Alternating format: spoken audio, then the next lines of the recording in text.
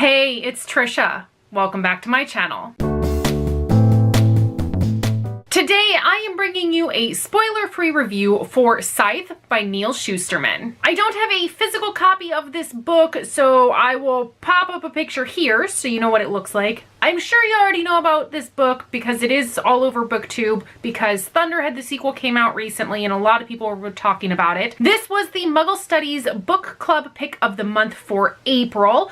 You can find the link for the discussion group down below in the description box. So Scythe is about, I think, Earth, years and years in the future after we have discovered the technology that allowed us to put an end to hunger, disease, war, and even death. Now, the only way that a life can end is by the hands of a scythe. Scythes are individuals who are tasked with taking lives in order to keep the population under control. And in this world, we follow two teens, Citra and Rowan, as they reluctantly begin their apprenticeship to become scythes themselves. Any more information than that is going to be pretty spoilery, so I'm just going to get on right into the components that I looked at for this book. First, the world building. For this particular story, it is future-ish, is what I'm guessing. There are very few details that are given to us to flesh out what has changed between now and several hundred years in the future. To me, at times, this book didn't really feel like there was that much of a difference between the here and now and what was the world of the time when the book takes place. There are a couple of things that I want to talk about in terms of the world building that the author gave us in order to establish that it isn't current time period. Firstly is, in the time that they live, they have a technology system called the Thunderhead. It is some sort of evolution of the cloud that we have currently, and the Thunderhead is a pretty big deal in their world. However, from the information that we were given during the story, I couldn't really tell how much of an impact this technology system had on their day-to-day lives. Like, we're told that it's a big deal, but I didn't really understand how it worked. I didn't understand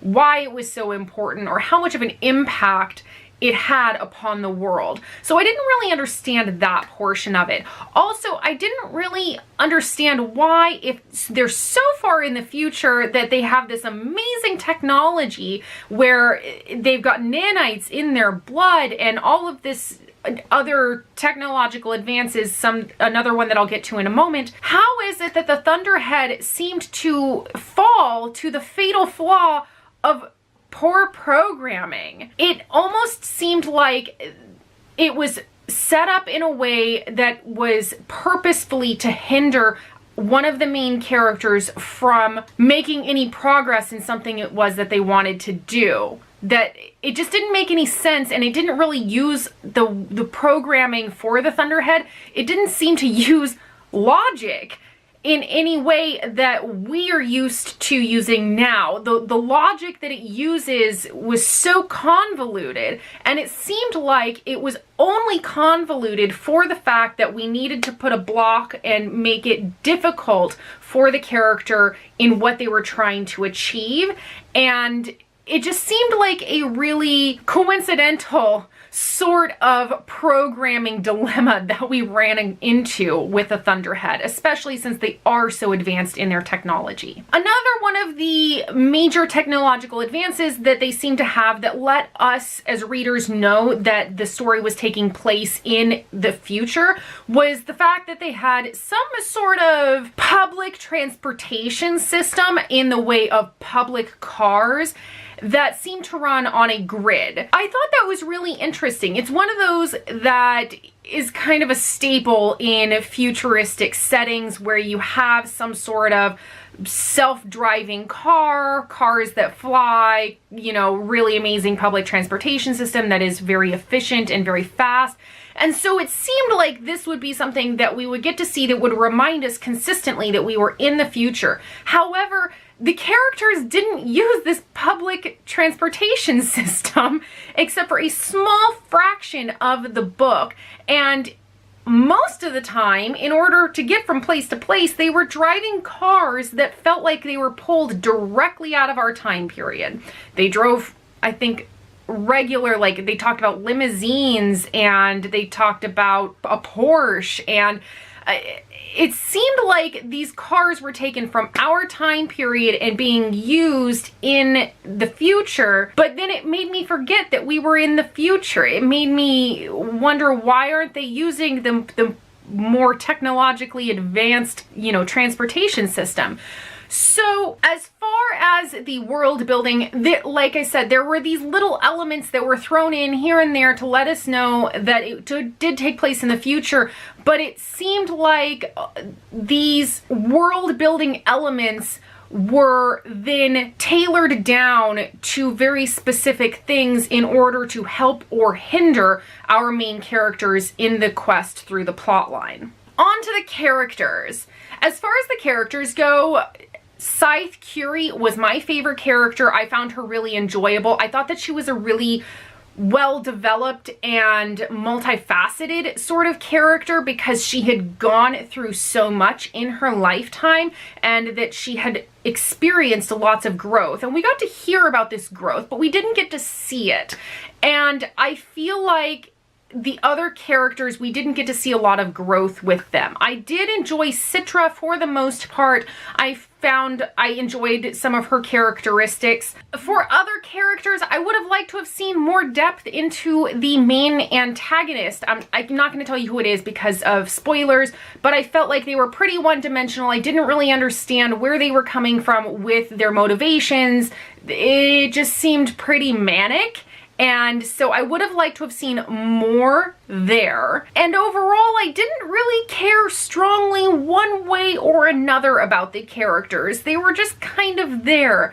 But unfortunately, the main characters, Citra and Rowan, weren't my favorites. And so I feel like the characterization could have used some work in this book. On to the plot. For the plot on this one, I'm going to talk about little bits and pieces of it in a really non-cohesive way. So for the plot, in all honesty, I didn't feel any real danger that our characters wouldn't survive or that they were going to be harmed.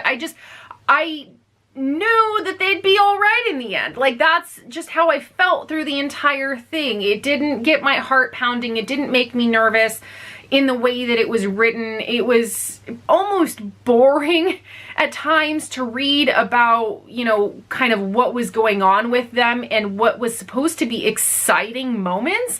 I just didn't really connect. For the structure on this book, interspersed between each chapter are actually journal entries.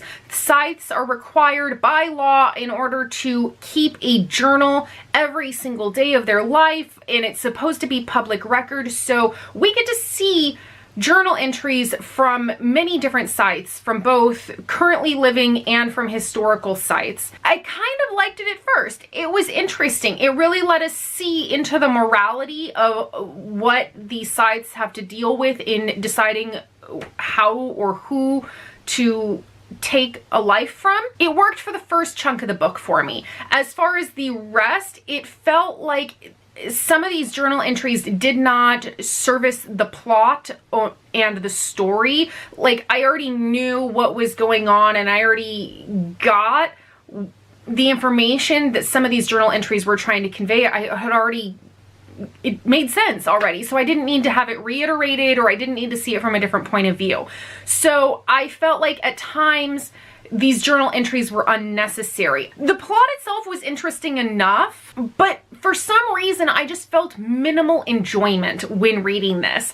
I had somebody on Twitter ask me, like, and is it worth it? And I said, I guess I'm enjoying it without the joy portion of it. When I put the book down, I didn't feel any strong desire to pick it back up again. It didn't take me very long to read, because as soon as I recognized that I don't really feel like picking that up again, I knew that I had to finish it because I wasn't going to remain motivated to finish reading it, and that I was going to put it off to read something else.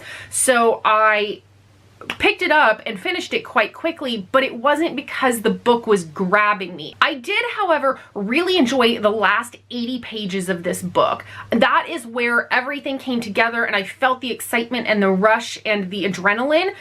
Not as much as I would have liked, but it was more there in the last 80 pages than I had experienced in the rest of the book. So the last 80 pages were much more enjoyable for me. Overall, I liked this book, but I know that it's probably a book that many other people are going to find much more joy in it than I did. So I ended up giving Scythe 3.5 out of 5 stars.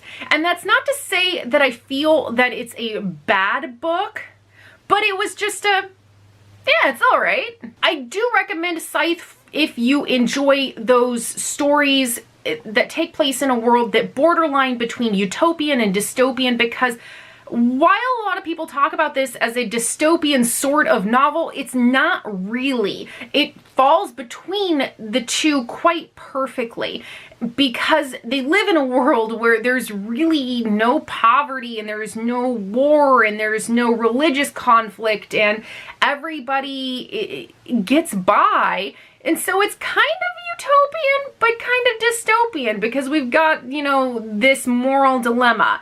And if you like moral dilemmas, if you like debating the question of who deserves to live and who deserves to die, and how do you go about taking the lives when you have to in order to keep the population under control. If you like debating that sort of thing, I think you might quite enjoy this book. All right, so that is it for my spoiler-free review for Scythe by Neal Shusterman. Let me know in the comments down below if you have read this book. What did you think about it? Who was your favorite character? Because I thought Scythe Curie was quite an interesting character. I personally would have enjoyed a book just about her and her life as a Scythe and how she transformed over the hundreds of years that she has been alive. Let me know down in the comments what you think about that. And now is a perfect time, if you have not already done so, click that little subscribe button down below if you want to see more content from me in the future. And if you want to follow me elsewhere on social media, I have all of my links in the description box down below. And I'll see you all in my next video. Bye!